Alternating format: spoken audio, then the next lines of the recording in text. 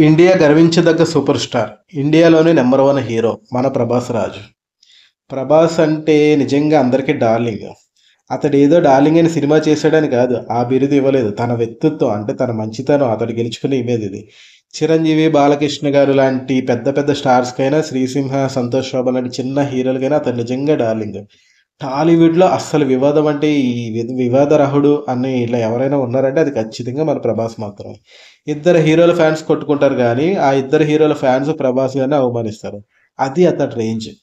హీరోలందరూ అతడికి స్నేహితులే. అందరు హీరోల అభిమానులు అతనికి ఫ్యాన్సే. ఇది 'ప్రభాస్' మంచితనం. స్టార్డమ్‌లోనే కాదు వ్యక్తిత్వంలో కూడా శిఖరం అంత హైట్ ఉంటాడు మనోడు. 'ప్రభాస్' జీవితంలో ఏదైనా మచ్చ ఉందంటే అది కేవలం షర్మిలతో ముడిపెడుతూ జరుగుతున్న ప్రచారమే. షర్మిల గారు కూడా మన ప్రెస్ మీట్‌లో 'ప్రభాస్ గారు, ప్రభాసు' అని కూడా అనకుండా ఆడెవడు ప్రభాసా? ఆడెవడు ప్రభాస్ ఎవడో కూడా నాకు తెలీదంటూ చాలా కించపరుస్తూ మాట్లాడారు. అసలు షర్మిలకి, ప్రభాస్‌కి సంబంధం ఏంటి? అసలు వీళ్ళిద్దరి మధ్య సంబంధం ఉందా? దీనిపై ఒక్కొక్క వర్గం ఒక్కో రకంగా స్పందిస్తుంది. ఎందుకంటే ఈ అంశాన్ని ఇప్పుడు కాదు, ఎప్పుడో రాజకీయం చేసి పాడేశారు. ప్రభాస్‌తో తనకు ఎలాంటి సంబంధం లేదని నెత్తి నోరు మొత్తుకుని మరీ చెబుతున్నారు షర్మిల. అయినా కూడా ఎవడు వినట్లేదు, నమ్మట్లేదు అని చెప్పేసి ఈ రాజకీయ అవసరాల కోసం మాట్లాడేవాళ్ళు మాట్లాడుతున్నారు. ప్రభాస్, షర్మిల మధ్య సంబంధం ఉందని అప్పట్లో తెలుగుదేశం పార్టీకి చెందిన వాళ్ళు పుకారు రేపారని, దాన్ని సోషల్ మీడియాలో వైరల్ చేశారని వైసీపీ గతంలో ఆరోపించింది. ఇప్పటికే ఆ పార్టీ అదే మాట మీద ఉంది.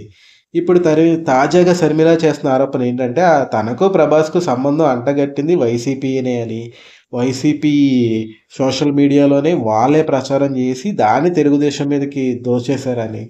నిజంగా వైసీపీ వాళ్ళు తనని ఇబ్బంది పెట్టాలి, తన పరువు తీయాలి అని చేశారని షర్మిల గారే ప్రెస్ ముందుకొచ్చి చెప్తున్నారు. ఈ విషయం ఆమె మాటల్లోనే తెలుస్తుంది. షర్మిల విషయంలోనే కాదు, ఏ మహిళ పైనైనా ఇలాంటి ప్రచారం జరగకూడదు. మాటల్లో చెప్పలేనంత బాధ అది. మరి మొత్తం వ్యవహారంలో ప్రభాస్ పరిస్థితి ఏంటి? అతడు కూడా మనిషే కదా! అతడు కూడా బాధితుడే కదా!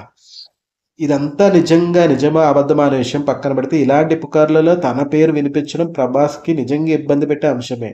అతన్ని మొయ్యలేని ఒక అవమాన భారం అది. అయితే అతడేం చేయలేని పరిస్థితి. నిజానికి ఈ విషయంలో షర్మిల ఒక అడుగు ముందుకేసి పోలీస్ స్టేషన్ మెట్లు ఎక్కారు. మీడియా ముందుకొచ్చి నిర్భయంగా మాట్లాడుతున్నారు. మరి ప్రభాస్ ఆ పని చేయలేడు.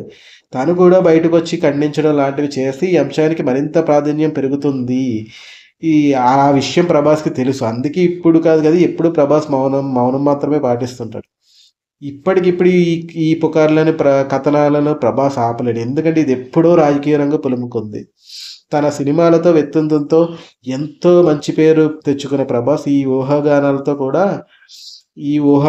కూడా సాహసం చేయాల్సిందే, మరో ఆప్షన్ లేదు. ఎంత ఎత్తుకెదిగినా ఒక మాయన మచ్చలాగా తన కెరియర్‌లో ఉండిపోద్ది ఈ పుకార్ అనేది.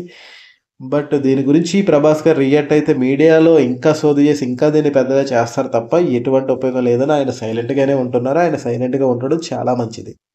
అదండి మ్యాటర్. వీడియో నచ్చితే లైక్ చేయండి. ఉంటా మరి. బాయ్.